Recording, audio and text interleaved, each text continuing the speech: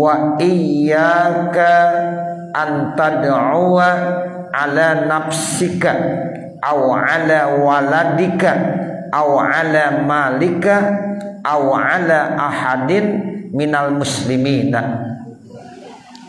Artinya, dan berhati-hatilah kamu berdoa tapi doa yang tidak baik atas diri kamu. Itu namanya da'a ala. Jadi kalau antadua ala itu berdoa tapi isi doanya yang tidak bagus. Kalau kata orang kampung kita nyumpain, itu nggak boleh tuh. Hati-hati, jangan sampai kamu ya nyumpain diri kamu sendiri. Kan ada kadang-kadang orang nyumpain dirinya sendiri. Biar dah gue mati aja mendingan dah. Tuh, emang dikata mati enak banget kali. Ya, kadang-kadang begitu. Biar dah gue mati aja. Nah, itu nggak boleh nyumpain dirinya. Ya, itu tidak dibolehkan. Jadi kita walaupun dalam posisi lagi nggak enak, putus asa, itu tetap kita nggak boleh. Ya, menyumpain diri kita. Makanya minta supaya mati itu nggak boleh. Ya, itu namanya berdoa tapi isi doanya yang tidak baik. Menyumpain, melaknat dirinya sendiri nggak boleh. Jadi kata Al-Habib Abdullah Al-Haddad, wa iyyaka an tad'uwa ala nafsika, hati-hati jangan sampai kamu nyumpain diri kamu sendiri. Aw ala waladika, atau nyumpain anak kamu. Kita nyumpain anak kita sendiri juga sama, nggak boleh. Walaupun tuh anak kita bandel, jangan dibilang bandel banget lu. Tuh, ya mungkin bandel. Begitu. Makanya kalau anak lagi bandel bilangnya ya Allah pinter banget dah kamu, begitu. Iya. Bisa tuh Bu, begitu Bu. Iya nih kadang-kadang anaknya masya Allah udah bandel dibilang bandel banget lu. Lagi naik kunan, ya. Ntar jatuh lu, ya jatuh. Ya. Jadi jangan. Atau kadang-kadang ini terus terang introspeksi. Kadang-kadang seorang ibu ya itu berkata kepada anaknya dengan ucapan-ucapan yang tidak bagus. Itu kebun binatang keluar semuanya. Anaknya dibilang anjing lu. Masa anaknya dibilang anjing? Emaknya apa? Nah begitu. Jadi jangan, nggak boleh. Anjing lu, babi lu. Ya Allah, masa kebun binatang keluar semuanya itu dari mulut seorang ibu? Nggak boleh. Sebab dikhawatirkan nanti doa orang tua saat dia ucapkan kata-kata yang tidak bagus, takut pas saatnya saat ijabah. Saat ijabah itu saat-saat diijabah, dikabul sama Allah. Itu doa ibu manjur. Kalau dia doain anaknya seperti itu, nyumpain anaknya seperti itu, takutnya pas waktu saat ijabah yang memang diterima sama Allah. Nah itu kan bahaya. Ya, jadi jangan sekali-kali kita ya bicara hal-hal yang jelek kepada anak-anak kita. Walaupun kita udah pegel banget udah. Ya habisnya Ustaz udah pegel banget dah saya dah. Saya bilang biar lu mampus. Dan nanti kalau dimampus repot. Ya, biar lu jatuh. Ya kalau udah jatuh ntar bagaimana? Ya, itu nggak boleh. Ya, takutnya saat ibu mengucapkan kalimat tersebut itu ada saat ijabah. Kalau saat ijabah itu saat berarti diterima sama Allah Subhanahu wa taala. Nah, kalau diterima ya udah, begitulah ya ketentuan dari Allah Subhanahu wa taala. Dari makanya nggak boleh kita melaknat diri kita sendiri, melaknat anak kita, aw ala malika, atau atas harta yang kamu miliki. Punya motor, ya dilaknat mulu, dasar motor mogok mulu, ya udah mogok mulu. Ya, jangan. Makanya itu motor bacain selawat tiap hari biar kagak mogok-mogok. Nah, begitu. Allahumma sholli ala sayyidina Muhammad wa ala ali sayyidina Muhammad. Punya kendaraan jangan dilaknat mulu. dasar nih motor emang ya bikin susah aja. Ya udah bikin susah mulu. Nah, begitu. Jadi jangan. Kita kalau punya sesuatu ya kita sayang. Mudah-mudahan motor ini berkah. Walaupun kelihatannya barang dunia, mudah-mudahan jadi akhirat. Karena ini motor saya pakai ngaji, ini motor saya gunakan buat silaturahim. Tuh, jadi nanti itu kendaraan jadi bagus. Punya binatang juga begitu. Ya, jadi ucapkan kata-kata yang baik kepada ya apa yang kita miliki. Ya, jadi nggak boleh kita melaknat. Kita nggak boleh melaknat. Sampai-sampai air tuh Bu, kalau kita bacain doa itu nanti jadi menyebabkan hal yang positif. Itu orang Jepang Bu, orang Jepang. Padahal dia bukan orang Muslim, dia bukan orang-orang yang percaya dengan keimanan-keimanan yang kita selalu ya laksanakan. Tapi dia bilang itu air kalau dibacakan doa-doa kalimat-kalimat yang baik, insya Allah nanti akan berpengaruh. Jadi molekul-molekulnya jadi baik, jadi positif, sehingga masuk ke tubuh kita jadi baik tubuh kita. Tuh makanya kita kalau mau minum nih Bu, kita baca doa minimal bismillah. Bismillahirrahmanirrahim. Allahumma sholli ala sayyidina Muhammad wa ala ali sayyidina Muhammad. Ya Allah, mudah-mudahan air yang saya minum ini menjadi saya sehat. Nah begitu. Jangan air zam-zam aja. Ini kadang-kadang kita minum air zam-zam aja kita banyak doa. Air biasa pun kita doa. Semakin banyak kalimat-kalimat yang baik yang kita bacakan di air tersebut, maka insya Allah akan memunculkan nanti molekul-molekul yang positif, yang sangat berpengaruh positif juga buat tubuh kita. Mau makan juga begitu. Makan ya Allah, mudah-mudahan dengan sebab saya makan ini saya jadi sehat sehingga kuat ibadah. Baca dah Allahumma barik lana fima razaqtana wa qina azabannar. Itu penting. Ya, jadi apa yang kita baca insya Allah itu nanti akan berpengaruh pada makanan atau minuman yang memang kita akan minum atau kita akan makan, yang menjadi darah daging kita. Sehingga insya Allah nanti kita jadi gampang mau ibadah.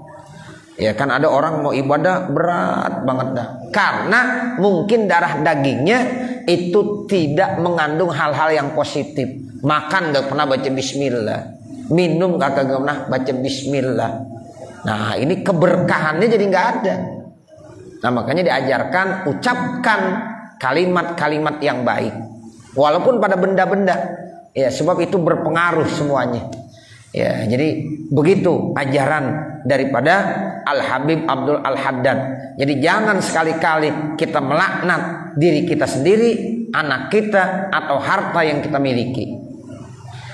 Aw ala ahadin minal muslimin, atau melaknat kepada seseorang dari orang-orang muslim. Nggak boleh. Kafir lu, nggak boleh. Masa saudara kita dibilang kafir? Zolim lu, ya jangan tuh, nggak boleh. Ya jadi kita nggak boleh melaknat kepada orang lain dari saudara-saudara kita yang seiman, yang seagama. Kalau ada orang berbuat dosa, tetap kita nggak boleh. Ya, pendosa nggak boleh. Ya mungkin aja dia berbuat dosa, setelah itu dia udah bertaubat. Kita nggak tahu dia udah bertaubat, ternyata dosa-dosanya udah diampunkan oleh Allah Subhanahu wa taala. Tapi kita masih suudzon saja, kita masih menanamkan prasangka yang tidak baik saja. Ya mungkin dosanya udah diampunkan oleh Allah dan dia udah menjadi hamba Allah yang baik. Tapi kita masih ya melaknat saja. Orang yang suka berbuat dosa, berbuat maksiat, nggak boleh. Ya kafir, ya zolim. Ya kita manggil begitu, nggak boleh. Kecuali kalau orang-orang yang memang sudah nyata-nyata, seperti Fir'aun, ya Abu Lahab, yang memang udah dijelaskan dalam Al-Quran. Setan, iblis, boleh kita bilang setan, iblis, laknatullah. Nah itu boleh. Tapi kalau kita sesama manusia, ya nggak boleh kita bilang saudara kita laknatullah, lu dilaknat sama Allah. Jangan, nggak boleh. Kita nggak tahu perbuatan dia saat ini nggak bagus, tapi mungkin besok-besok dia bertaubat menjadi hamba Allah yang terbaik. Nah, makanya kita harus menanamkan husnudzon, tanamkan prasangka-prasangka yang baik kepada saudara-saudara kita. Walaupun satu saat kita melihat dia berbuat dosa, mungkin saat itu dia sedang lengah, dia sedang lupa, tapi kita harus husnudzon. Mungkin saat ini dia udah taubat, udah sadar, sehingga mudah-mudahan dosanya sudah diampunkan oleh Allah Subhanahu wa taala. Tuh begitu. Ya, jadi kita nggak boleh tuh melaknat kepada saudara-saudara kita semuanya, kaum muslimin. Wa in zolamaka, sekalipun dia berbuat zolim kepada kamu, sekalipun dia berbuat salah kepada kamu, sekalipun dia sudah menganiaya kamu, tetap kita harus husnudzon. Fa inna man da'a ala man zolamahu, maka sesungguhnya orang-orang yang menyumpahkan atas orang yang berbuat zolim kepadanya, faqadin tasara minhu, maka sungguh dia sudah ditolong oleh Allah Subhanahu wa taala. Ada orang berbuat zolim kepada kita, tapi kita nyumpahin, ya khawatirnya orang yang berbuat zolim sudah bertobat dan dia sudah mendapatkan pertolongan dari Allah Subhanahu wa taala, tapi kita masih punya suudzon, prasangka yang tidak baik kepada orang tersebut. Nah, itu tidak dibolehkan. Hadisnya mana ini? Berdasarkan hadis Nabi. Wa qala alaihi salam, dan Rasulullah sallallahu alaihi wasallam bersabda, la tad'u ala anfusikum, janganlah kamu mendoakan yang jelek-jelek atas diri kamu. Ya, jadi kita berdoa yang isinya jelek-jelek, nyumpahin namanya. Walaupun pada diri kita sumpahin diri kita, kata Nabi itu nggak boleh. Jangan. Ya, walaupun kondisi kita ya lagi nggak enak, putus asa dan lain-lain sebagainya, tetap kita nggak boleh melaknat diri kita sendiri, nyumpahin diri kita sendiri, atau melakukan doa-doa yang tidak baik buat diri kita sendiri. Wala ala auladikum, kemudian kata Nabi, jangan juga kamu nyumpahin kepada anak-anak kamu. Wala ala amwalikum, nah begitu juga jangan kamu nyumpahin kepada harta yang kamu miliki. Kenapa? Ya, dikhawatirkan la tuwafiqu sa'ata ijabatin, mungkin saja pada saat kamu ya berdoa melaknat seperti itu, khawatirnya nanti pas saat ijabah. Itu saat ijabah artinya saat doa-doa kita diijabah, diterima oleh Allah Subhanahu wa taala. Sebab begini Ibu, dalam 24 jam yang Allah ciptakan itu ada waktu ijabah, ada saatul ijabah. Dikhawatirkan dari 24 jam sehari semalam, yaitu nanti saat ijabah kemudian kita mengucapkan kata-kata yang tidak bagus, akhirnya itu ditulis sama Allah jadi kenyataan. Ini na'udzubillah min zalik. Ada yang bilang waktu ijabah itu biasanya bainal azanain, antara dua azan, antara azan dan qomat. Makanya tuh Ibu, Saudara, kalau kita habis mendengar suara azan ya sebelum qomat, itu antara azan dengan qomat adalah waktu yang sangat mustajab, saatul ijabah. Makanya kalau kita habis sholat qobliyah, kita ya banyak berdoa. Berdoalah di waktu tersebut, karena waktu tersebut termasuk saatul ijabah bainal azanain, yaitu antara dua azan. Maksud dua azan, azan dan iqamah. Tuh, jadi jangan sampai dilalaikan waktu tersebut. Ya, jadi bainal azanain misalnya antara ya azan maghrib mau qomat, antara azan isya dengan qomat isya, subuh juga begitu. Ya, makanya dalam subuh apalagi tuh antara azan dengan qomat ada waktu yang sangat mustajab. Ada yang ngamalin tuh Bu, baca subhanallah ya wa bihamdi subhanallah azim astaghfirullah, baca 100 kali setiap waktu habis azan sampai qomat. Itu mudah-mudahan nantinya kita dijamin tidak akan ya fakir selama-lamanya. Tuh. Iya belum. Jadi ibu habis dengar azan subuh, sholat sunnah subuh. Habis sholat sunnah subuh, ibu baca subhanallahi wa bihamdi subhanallahil azim astaghfirullah, subhanallahi wa bihamdi subhanallahil azim astaghfirullah, subhanallahi wa bihamdi subhanallahil azim astaghfirullah 100 kali.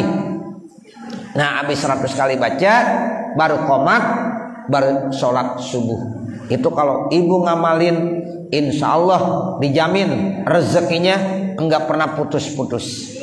Ya, coba dah amalin dah. Ya, insya Allah. Iya, orang kalau lupa kagak ingat. Iya, tuh kan benar. Iya, jangan lupa, biasakan. Jangan baru 1 minggu udah nagih, Ustaz, kok saya masih begini-begini juga? Emang baca baru seminggu? Ya belum. Terus lazimin. Tiap hari lazimin terus. Ya, baca antara yaitu azan dengan qomat. Kalau ibu belum selesai 100 kali udah qomat, ya ibu terusin aja dulu. Ya, karena ibu sholat subuhnya di rumah misalnya. Udah sholat sunnah subuh itu jangan ditinggalin. Sholat sunnah subuh itu khairun minad dunya wa ma fiha. Nilai lebih bagus daripada dunia dan isinya. Sehingga jangan ditinggalkan tuh sholat sunnah subuh. Nah, habis sholat sunnah subuh jangan langsung sholat subuh, baca wiridan tuh subhanallahi wa bihamdihi subhanallahil azim astaghfirullah, subhanallahi wa bihamdihi subhanallahil azim astaghfirullah 100 kali. Enggak terlalu lama kok. Ya 10 menit juga selesai. Nah, baru dah sholat subuh. Insya Allah itu dapat jaminan. Mudah-mudahan rezeki kita ya tidak akan ya berkurang. Ada ya yang datang kepada Rasulullah, ya Rasulullah, saya kok ini ya rezeki saya kok seret banget, bagaimana sih? Ya akhirnya kata Rasul, udah kamu kalau habis sholat sunnah subuh amalin tuh baca subhanallah wa bihamdi subhanallah azim 100 kali. Ternyata setelah dibaca itu bukan dia aja yang rezekinya melimpah, tetangga-tetangganya kedapatan juga. Tuh, jadi dia ngamalin nih, ya kan dia punya tetangga, itu tetangganya kesawaban juga, ibu-ibu, ya kedapatan berkah rezekinya. Nah begitu, makanya silahkan amalkan. Ada namanya sa'atul ijabah. Ada waktu yang diijabah, diterima oleh Allah Subhanahu wa taala. Nah, itu namanya ya enggak istiqomah lagi. Ya. Iya, harus dibaca terus. Iya, dibaca. Ya, jadi kalau kesiangan misalnya nih ibu ya jam 5:30 karena memang capek banget, enggak apa-apa. Terus baca sholat sunnah subuh terlebih dahulu, diamalin terus, selesai baru sholat subuh. Pokoknya ditinggalin, udah jangan ditinggalin. Ya, walaupun kebetulan kita ya itu agak kesiangan, atau ibu lagi pergi kemana-mana, itu amalan wiridan jangan ditinggalkan, tetap dibaca. Ya, jadi nanti kalau dibaca diamalin terus jadi tajam. Pisau kan kalau tiap hari diasah tajam nggak? Tajam. Itu begitu. Amalan begitu wiridan. Kalau kita terus baca, insya Allah jadi tajam. Ini gara-gara udah, wah tinggal najemin dong, udah dikit lagi dah nih. Berhenti. Ya udah, nggak jadi. Ya kan sayang begitu. Latih pertama 40 hari dulu. Kalau udah 40 hari berturut udah mampu, insya Allah kesannya lebih gampang. Ya 40 hari biasanya. 40 hari dulu dah. Jadi kita bisa nggak di dalam 40 hari? Wah alhamdulillah lulus 40 hari. Kita baca terus tuh. Nah mudah-mudahan kesananya udah lebih gampang. Ya seperti itu. Ya, nah ini yang dikatakan, makanya ya kita nggak boleh mengucapkan kalimat-kalimat yang tidak baik, termasuk melaknat. Takutnya kata Rasulullah nanti pas kamu mengucapkan itu berbetulan dengan saatan ijabah. Itu saat itu diijabah, diterima oleh Allah Subhanahu wa ta'ala. Ada lagi waktu pas sulusul akhir. Itu Bu, waktu sulusul akhir termasuk waktu ijabah juga tuh.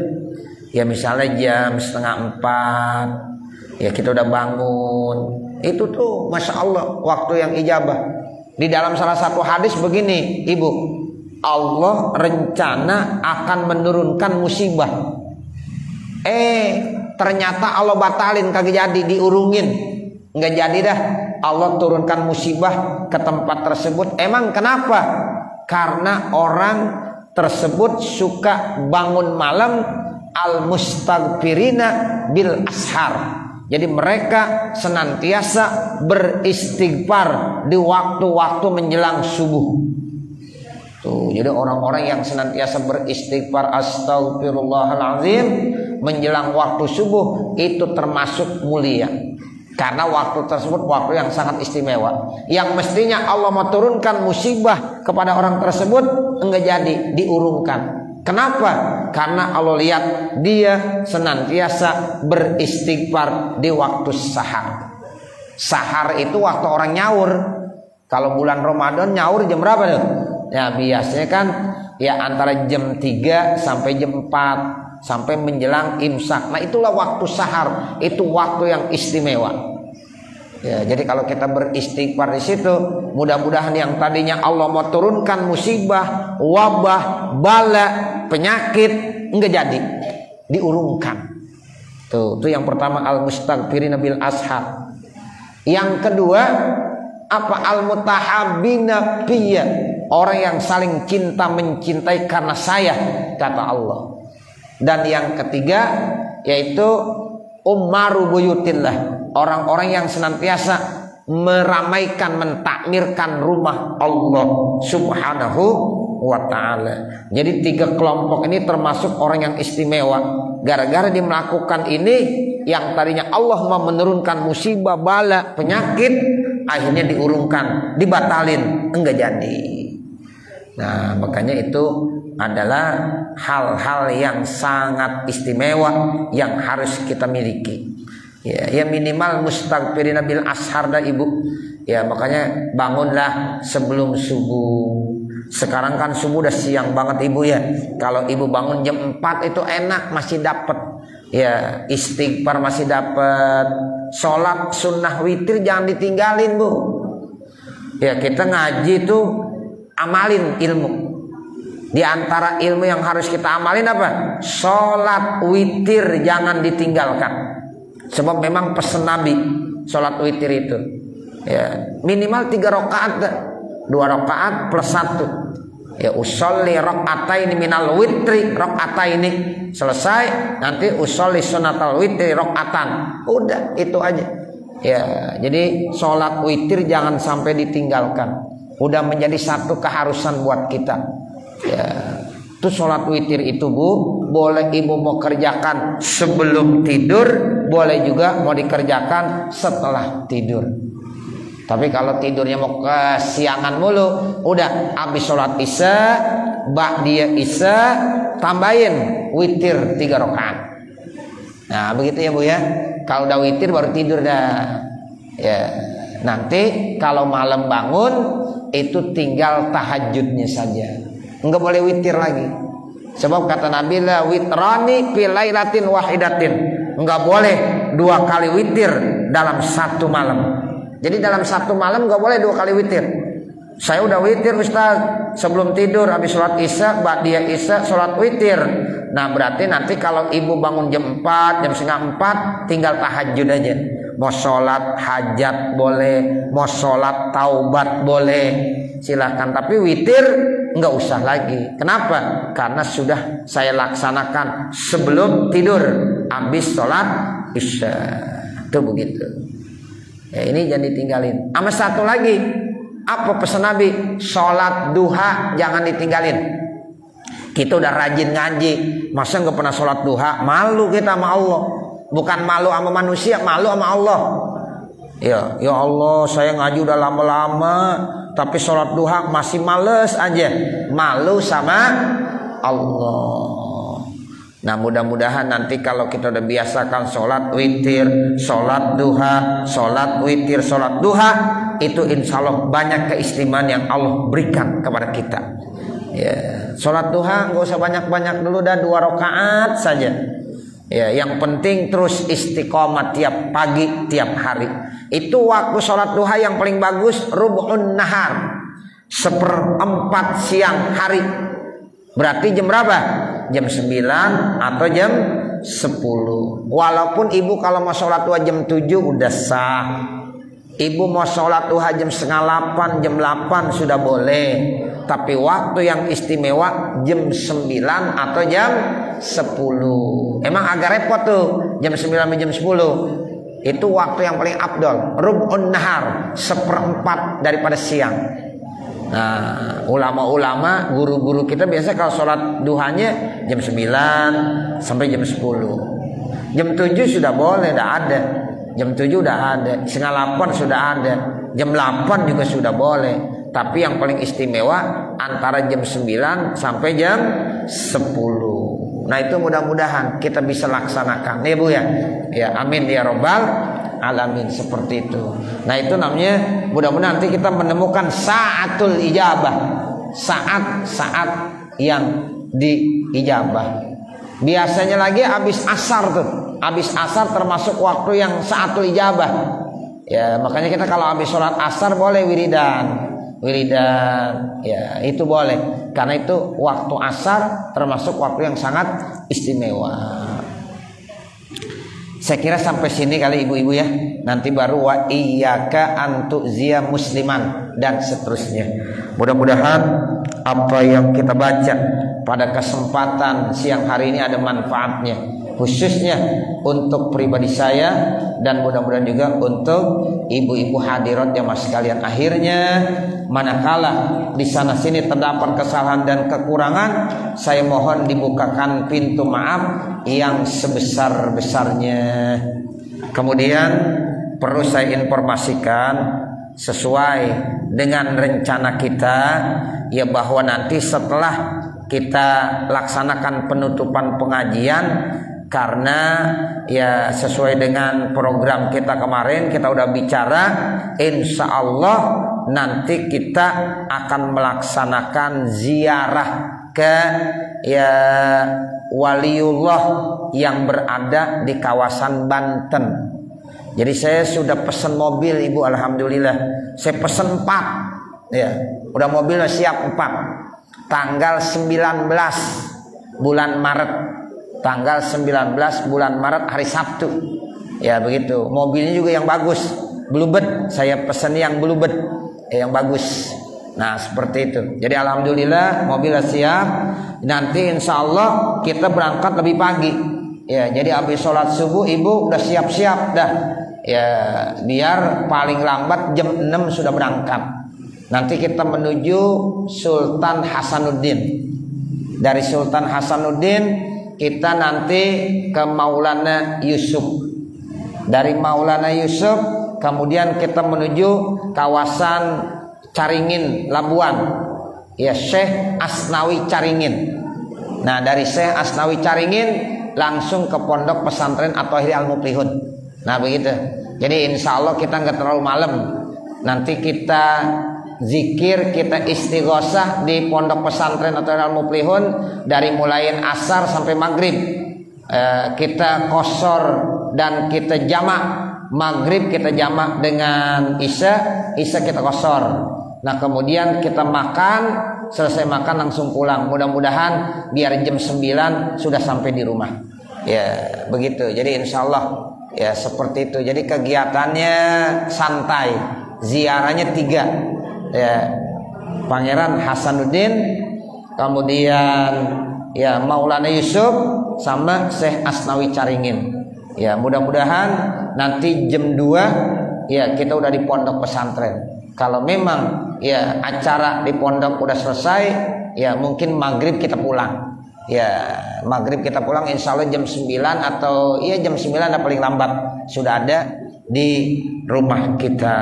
Nah itulah ya, mudah-mudahan nanti kita sambil ngamalin yaitu sholat qashar jamak. Jadi nanti praktek melaksanakan sholat qashar jamak, dan kita juga nanti istighosah ya, melaksanakan istighosah. Makanya ibu bawa mukena Ya, perlengkapan sholat bawa semuanya.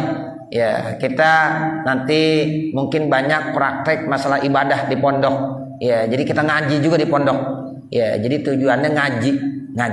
Ya, jadi insya Allah ya kita nanti dapat snack, kemudian makan siangnya sudah disiapkan, kemudian makan sore atau makan malam juga udah disiapkan. Ya, mudah-mudahan Allah kasih kelancaran. Ibu sehat semuanya sesuai dengan informasi dari ya Ibu Lia kemarin, katanya sekitar 100 orang yang sudah mencatat. Ya, 100 orang ya Lia ya. Iya. Ada tambahannya enggak? Ada berapa orang? 103. Iya, udah siap insya Allah. Ya, jadi 103 karena mobil ya satu bis itu yang 30 sengaja, yang 30. Kalau 4 mobil berarti 120 ya.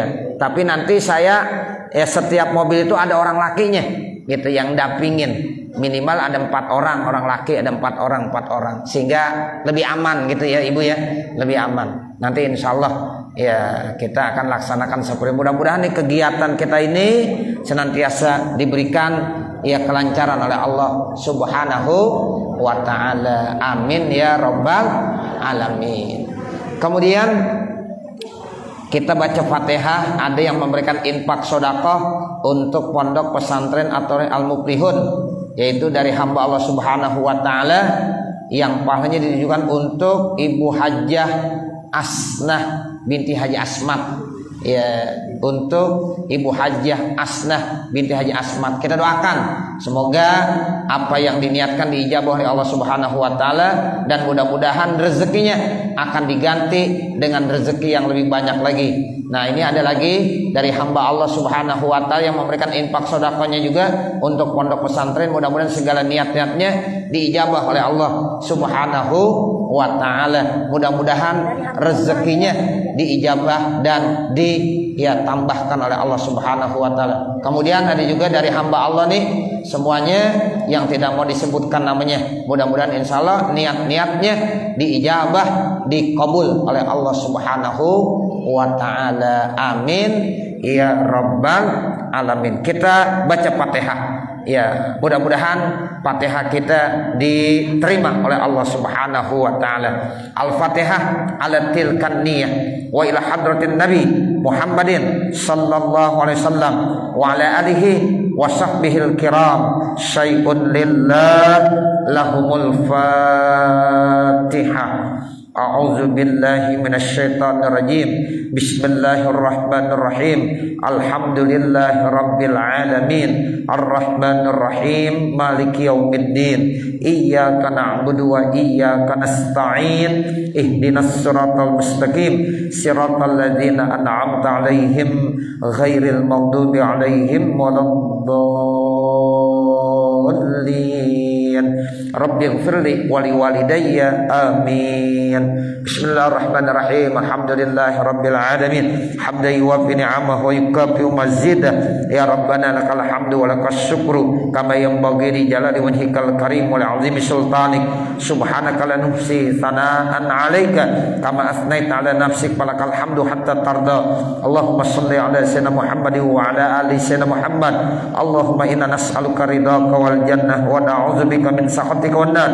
Allahumma shrah lana sudurana wa yassir lana umurana warham amwatana washfi mardana waqdi hawaijana wahtim bisolihati a'malana birahmatika ya arhamar rahimin. Allahumma barik lana fi Rajab wa Sya'ban wa ballighna Ramadan. Allahumma barik lana fi Rajab wa Sya'ban wa ballighna Ramadan. Allahumma barik lana fi Rajab wa Sya'ban wa ballighna Ramadan bis-sihhah was-salamah wal afiyah birahmatika ya arhamar rahimin. Rabbana hab lana min azwajina wa dzurriyyatina qurrata a'yun waj'alna lil muttaqina imama. Rabbana atina fid dunya hasanah wa fil akhirati hasanah wa qina adzabannar. Wa sallallahu ala sayyidina Muhammadin wa ala alihi wa sahbihi wa sallam. Walhamdulillahi rabbil alamin. Wassalamualaikum warahmatullahi wabarakatuh.